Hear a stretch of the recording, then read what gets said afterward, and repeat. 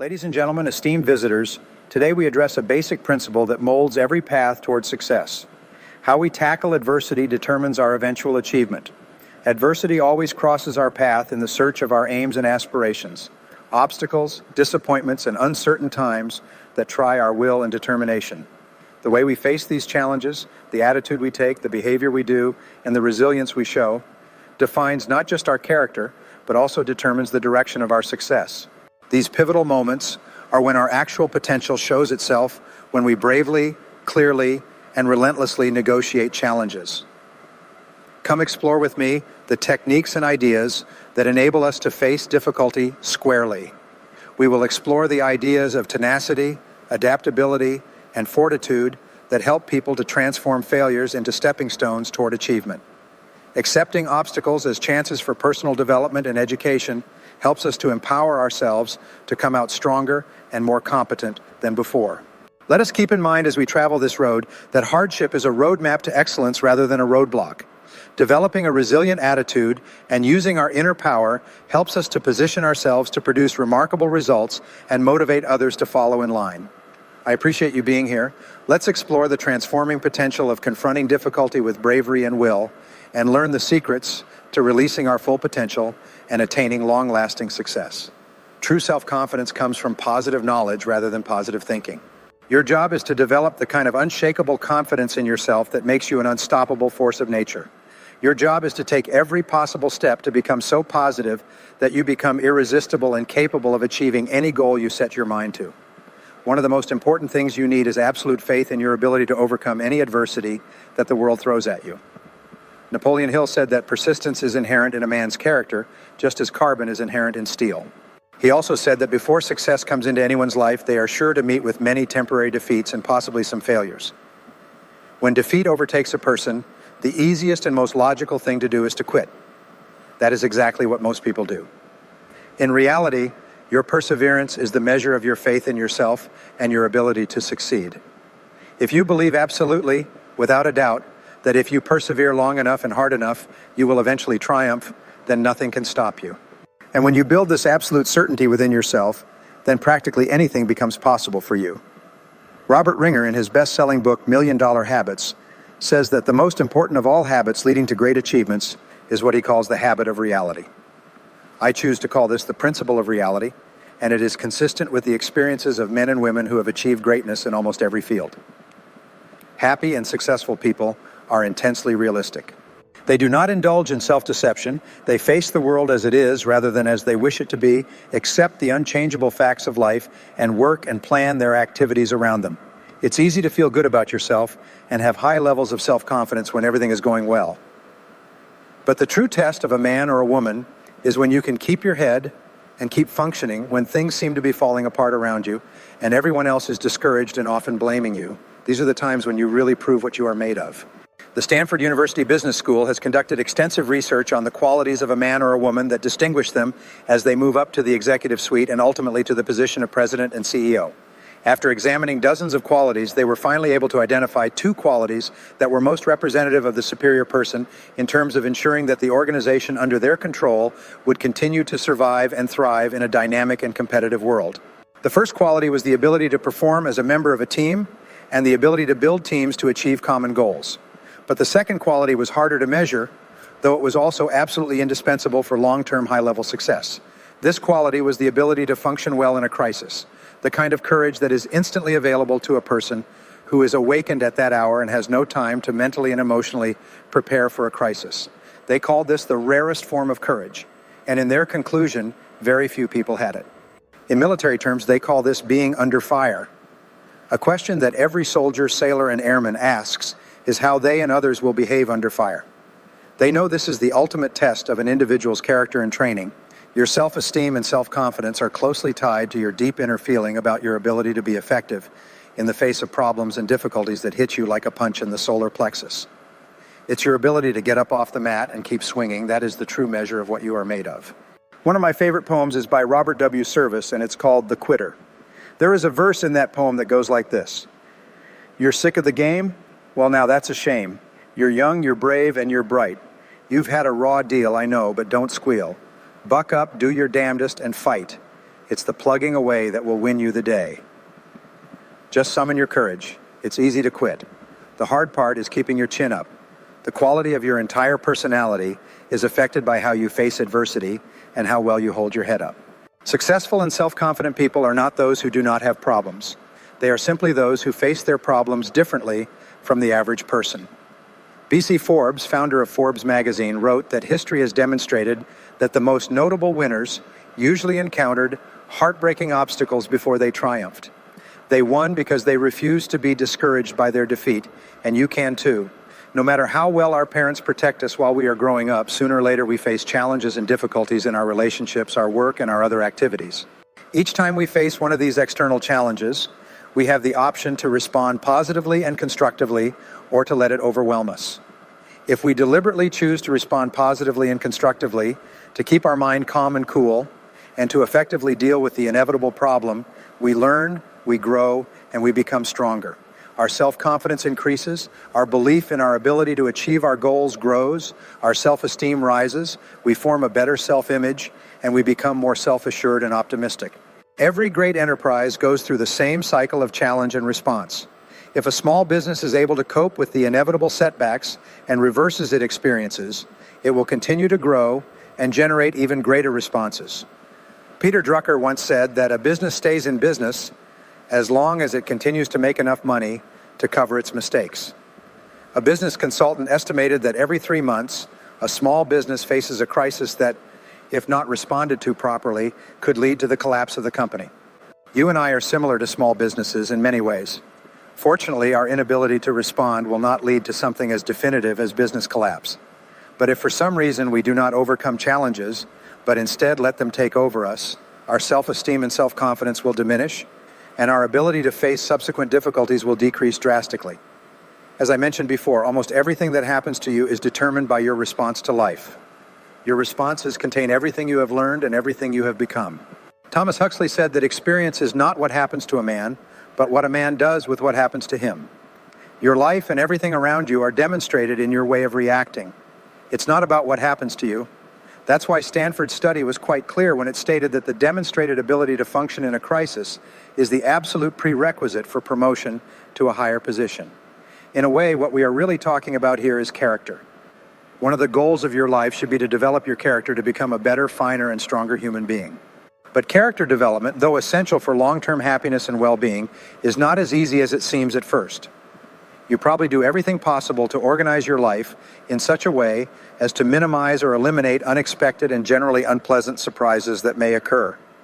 You use your intelligence, education, and experience to organize your life and affairs so as to avoid adversity whenever possible. You probably plan and prepare thoroughly in advance to ensure that everything goes well. At home and at work, you take special care with your health and the well-being of your family members. Almost everyone does this, except for those who are thoughtless and irresponsible. However, despite doing everything possible to avoid adversity, you experience it. Adversity still comes spontaneously to you. You tend to be surprised by adversity, and it happens despite your best efforts to avoid it. But even in the absence of adversity, you cannot develop your character. You cannot become a better person. You cannot develop resilience, perseverance, and character resolution. You cannot become the kind of person who enjoys high levels of self-confidence and the feeling that you can face and master anything that comes your way. You cannot make yourself stronger without the adversity that you consciously and deliberately avoid. You cannot develop the character that is the hallmark of the mature person. Caught in this dilemma, you only have one option that you can choose in advance to rise to the occasion. Ann Landers summed it up wonderfully with these words: "Expect trouble as an inevitable part of life, and when it comes, hold your head high. Look it squarely in the eye and say, 'I will be bigger than you. You cannot defeat me.'" Frederick Robertson said, "It is not the situation that makes the man, but the man who makes the situation." It's not what happens to you, but how you respond to what happens to you that determines your whole life. In your responses are contained all the elements of human greatness or great depravity. Men and women are simply those who have responded well when things were wrong, and the rest is history. Dr. Abraham Selznick of Harvard is one of the few people who have ever conducted extensive research on the subject of disappointment. What he discovered when studying how different people respond to disappointment was that one could largely tell how high and how far a person was going to go in life simply by analyzing how they reacted when they faced frustration and setbacks in reaching their goals. Dr. Selznick found that the vast majority of people do not mentally prepare themselves for the inevitable disappointments that arise in life, and when they arrive, they tend to be taken by surprise and emotionally overwhelmed. They generalize disappointments and allow themselves to feel that by not having achieved them, they are not really very good at what they do. They often see these disappointments as indicative of their inadequacies and lack of competence. They easily become disappointed in themselves and lose the courage and confidence they need to move forward. They often become depressed, and in most cases, they give up. They stop setting goals and working on themselves, and they worry more about security and potential losses than about taking risks and possible gains. The winners in his study responded to disappointment very differently. First, they mentally prepared themselves in advance for disappointment so that when it arrived, they had already thought about how they would react and the possible courses of action available to them.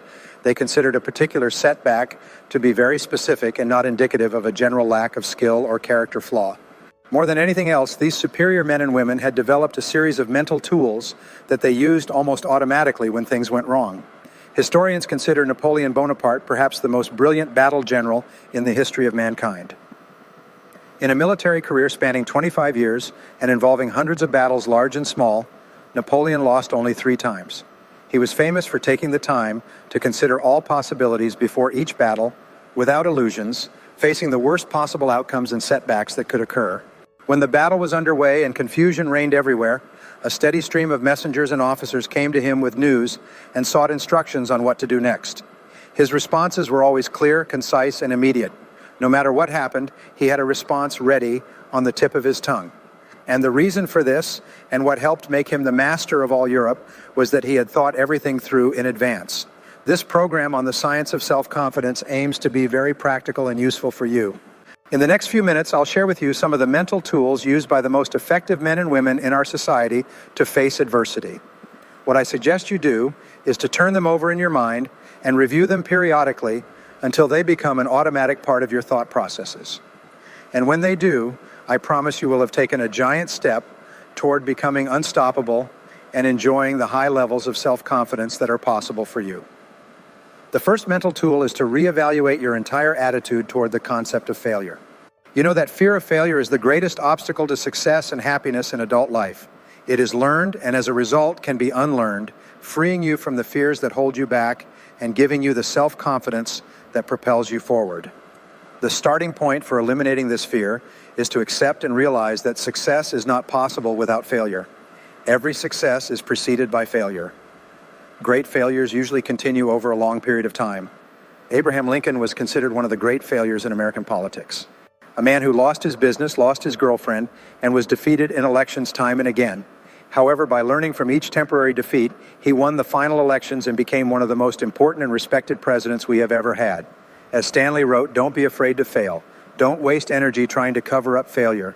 Learn from your failures and move on to the next challenge. It's okay to fail. If you're not failing, you're not growing. Success is learned by failing, and no success is possible without it." Thomas J. Watson once received a visit from a young journalist who asked him how he could be more successful and faster. Watson, the founder of IBM, replied with these wonderful words, "Do you want to succeed? Then double your rate of failure." Success lies on the other side of failure. Every man or woman of great achievement has been at some point a magnificent failure. The greatest successes of our generation from our history books are mere stories of men and women who failed frequently enough to finally learn to triumph. In David Susskind's program a few years ago, there were 4 men who became millionaire entrepreneurs before they turned 35. During a break, they were asked to add up and calculate the total number of different businesses they had started or tried before they found the business where they made their fortune. It turned out that the 4 men had started an average of 17 businesses each, of which 16 had failed. But it was on average the 17th business that made them rich. Now, the obvious question is whether these young men failed in each of their business ventures, and the answer is clear. They were not failing. They were simply learning how to succeed. Their previous business ventures were the testing ground where they learned the lessons necessary to achieve financial independence, which was their true goal. Thomas Edison was the most successful inventor of the 20th century or any century, but Thomas Edison was also an extraordinary failure. As an inventor, he failed more times than any other inventor of his time. He failed thousands and thousands of times trying to find the right filament for the first electric light bulb. He failed thousands more times trying to find the right plant from which to extract natural rubber. And in his laboratories at what is now known as General Electric, he gathered some of the best scientific minds of the time so that they could dramatically increase the number of failures. You see, Edison knew that success is a numbers game. It's based on smart effort and the law of averages. If you try enough different things in enough different ways and learn from each trial, you will inevitably succeed. Fear of failure, on the other hand, causes people to try fewer and fewer things, thereby reducing the likelihood of achieving something significant. In the same year Babe Ruth hit more home runs than any other batter in the USA, he also struck out more than any other batter. When he swung, the bat swung with every ounce of force he had. It often whirled and fell to the ground as a result of his efforts. But he also set an American baseball record that wasn't broken for decades and became a legend in his time. Your job is not to fear failure or avoid it so meticulously that you also avoid success. Your job is to move forward and take smart risks, thinking them through beforehand and learning from all of them in hindsight. Zig Ziglar says you can tell how tall a building will be by the depth to which they build the foundations.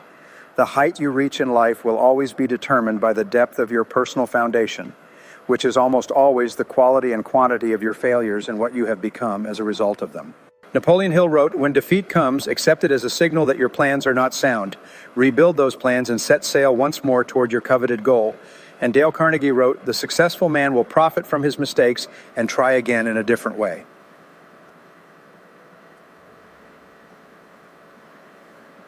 The starting point for triumphing over adversity is to overcome the fear of failure to the point of being willing to boldly move toward your dreams.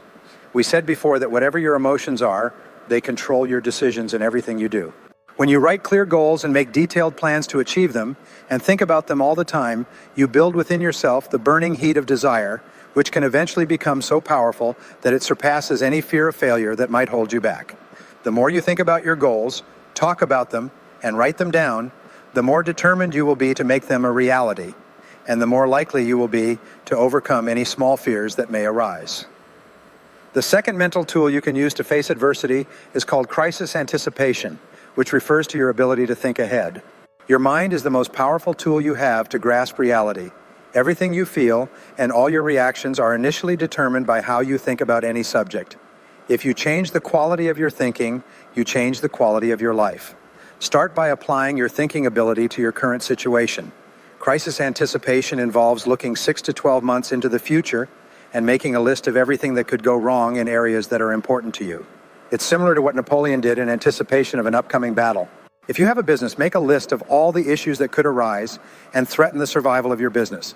If you're in sales, list all the things that could happen that might drastically reduce your sales volume. Consider your family or even planning a family vacation. Make a list of all the unexpected events that could occur and derail your plans and objectives. In a business with 11 salespeople, the owner discovered that over 60% of sales came from 2 of them. If one of those individuals were to quit, or worse, go to work for a competitor, the company's sales volume would drop dramatically, and its ability to survive might even be threatened. Once the owner realized this, they immediately began an intensive sales training program for all their people. At the same time, they started recruiting and looking for better salespeople while arranging to encourage those with poor performance to leave elsewhere. Within 6 months, no single salesperson represented more than 15% of the business. So when one of their previous top performers decided to leave, the company was able to absorb the temporary drop in productivity and continue to grow. What are the possible crises that could occur in your life? What if interest rates doubled or your business dropped by 50%? What if your best-selling product stopped selling or your top customers stopped buying? In what areas are you overly dependent on someone or something else to continue succeeding? And what steps could you take starting today to protect yourself against a crisis if it were to occur? You'll be surprised at how much more confident you feel when you feel you've thought through the critical areas of your life and made plans in case something goes wrong. The third mental tool you can use to triumph over adversity and maintain high self-confidence is knowing how to face an unexpected disappointment one step at a time. Let me explain. Every time one of your cherished dreams blows up in your face, or you hit a stone wall in pursuit of one of your goals, there's a natural reaction process that you and everyone else go through. When you can recognize this process in yourself, you can better see it in others and cope better. Elizabeth Kubler-Ross refers to this process as the 5 stages of facing death. They're the same for dealing with the death of a dream, a hope or a goal, or even the death of your peace of mind due to an unexpected source. The 5 stages appear to be identical. The first stage, when something goes completely wrong and you face an unexpected setback, similar to the death of a friend or family member, is denial. You simply refuse to face it. When a company is in trouble or a person's career isn't going well, this is the most common reaction in this first stage. You refuse to accept what happened as reality. You say something like, "I can't believe it," or say, "That couldn't have happened." You demand proof and immediately want to call someone or get information to verify what you've been told. The second stage, once you confirm that what has happened is a real fact, is anger. Anger is triggered by a feeling of pain or fear, especially in the face of uncertainty or the unknown. Losing a major client and what that could mean for your results immediately generates anger, the tendency to lash out. You get angry with yourself, with the client, and with your competitor. That's why people often explode when they hear bad news. The third stage in facing any disappointment is to blame someone. As a result of childhood conditioning, it's almost an automatic response for us to seek someone to blame when something goes wrong. We want to be able to point the finger at the person whose actions caused this setback. If we ourselves caused the problem, we will blame our secretary, our friends, our family, or even shout at our children. But in any case, someone is to blame. The fourth stage is often depression. Especially in the case of death, but also in the case of a major loss, you tend to feel depressed and a little desperate. You feel like a victim. Your self-confidence plummets and you think, what's the use if you're not careful? You'll take a single setback or disappointment and generalize it to yourself as a person. You'll feel that this setback means a major flaw in your personality or your ability. The fifth stage of disappointment is when the lights begin to come back on. This is when you accept full responsibility for what happened. At a minimum, you accept responsibility for your responses, for how you react to the situation. You start exercising a certain amount of self-control and self-mastery. You accept the disappointment as a fact and decide that it's no use crying over spilled milk. You tell yourself something like, well, what can't be cured must be endured. Once you've accepted responsibility and turned your gaze to the future, to what can be done rather than what has happened, you move on to the final stage, and that's the action stage. You consciously choose the future over the past. You become more solution-oriented than problem-oriented. You start looking for the valuable lesson you can learn from this situation. You start thinking about how you can minimize the damage and maximize the opportunities that may arise from this setback. Friedrich Nietzsche, the philosopher, is famous for having said, "What doesn't kill me makes me stronger." You know that the only antidote to negativity, worry, and low self-esteem is positive, decisive, and constructive action in the direction of your goals. As soon as you get busy, your self-esteem and self-confidence will begin to increase again. You start feeling more in control of your emotions and your life. You stop making excuses and start making progress. You begin to think about how you can capitalize on this situation. And the most important thing you can do when facing any setback is to deliberately move through the 5 stages as quickly as possible. Ultimately, you triumph over adversity if you have clear values, clear goals, and clear plans. You gain full control over your mind and your thoughts if you decide to persist no matter the odds, no matter what happens, until you succeed. Recognizing that perseverance is a form of courage. It's the courage to withstand adversity and disappointment, and it's the quality that ensures you will ultimately succeed. Calvin Coolidge, President of the United States, summed this up when he wrote that nothing in the world can take the place of persistence. Talent will not. There is nothing more common than unsuccessful men with talent. Genius will not. Unrewarded genius is almost a proverb. Education will not. The world is full of educated derelicts. Persistence and determination alone are omnipotent. Persistence is self-discipline in action. Every time you exercise self-discipline to persist through adversity and disappointment, your self-esteem increases. By engaging in the action of perseverance, you build your resistance to taking the easy way out. You create the friction that arises from going against your natural tendencies. You generate the heat that crystallizes your character at a new and higher level. And with this heightened level of perseverance, self-discipline, and character, your self-esteem, self-respect, and personal pride increase. Your belief in yourself serves as a deep foundation of confidence upon which you build a great life. You become more positive, more optimistic, and more unstoppable in everything you do. And you do this because, as Churchill said, you never give up. Never, never give up. As we wrap up our discussion of how dealing with problems affects our success, let us go forward with a deeper understanding and a renewed drive. Even though it can be hard and scary, adversity is what makes people strong and helps them become great. Overcoming problems is how we learn what we're really capable of, improve our skills, and make it stronger in our desire to keep going after our dreams. Think about the ideas and plans we talked about today. Think about how these ideas can help you on your own trip. Instead of seeing problems as setbacks, see them as chances to grow and change. You give yourself the power to turn problems into steps toward bigger goals by training your mind to be persistent, flexible, and open to learning from all experiences. As you leave today, I want you to remember that problems can be used to help you grow as a person and as a worker. Being strong, brave, and determined are traits that will help you move forward, even when things go wrong. Remember that our success and legacy are not shaped by the lack of obstacles, but by how we deal with them. Thank you for taking the time to read and share.